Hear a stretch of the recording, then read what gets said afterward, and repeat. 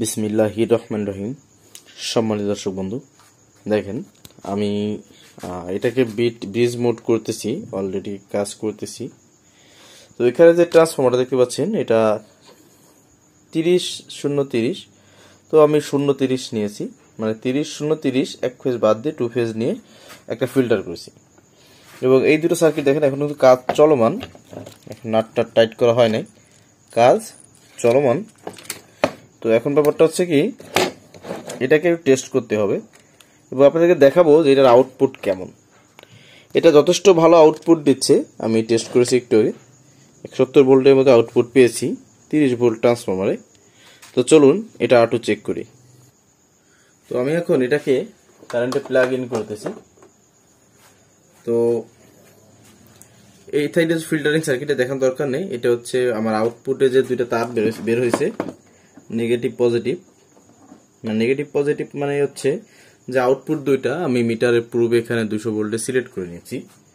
তো এখন আমি এই সার্কিটের পজিটিভ ইনে সোল্ডারটা একটু গেইন দিই, দেখি কি আসে।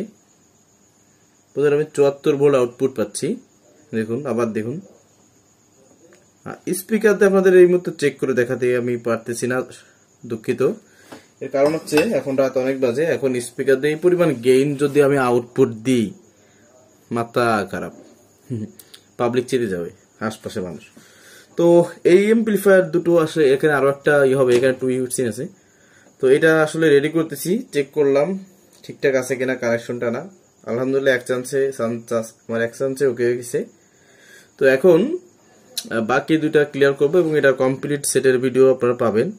আরেকটা কথা বলি, জ্ঞান নিয়ে গর্ব করার কিছু নাই, আমি শিখছি কোনো মাধ্যম ধরে বা কারো কাছ থেকে। তো আপনাদের যদি এরকমের সার্কিট তৈরি করে নিতে চান ভালো আউটপুটের জন্য, সেক্ষেত্রে আমার সাথে যোগাযোগ করতে পারেন যে ভাই এটা অ্যাম্পলিফায়ার বানাবো, কয়টা কি খরচা পড়বে। আপনার মালের উপর, কোয়ালিটির উপর ডিপেন্ড করে কিন্তু টোটাল পার্টসের দাম বা টোটাল সেট অ্যাম্পলিফায়ার দাম নির্ধারণ করবে।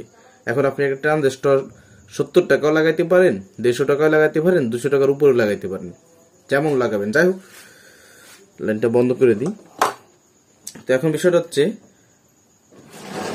আপনাদের কারো প্রয়োজন হলে জানাবেন। আর দেখি এটা আসলে টেস্টিং এর জন্য করা হচ্ছে, দেখি এটা রেজাল্ট কেমন আসে। যদি এটা ভালো হয় তো দেখা যাক সামনে কি আসে।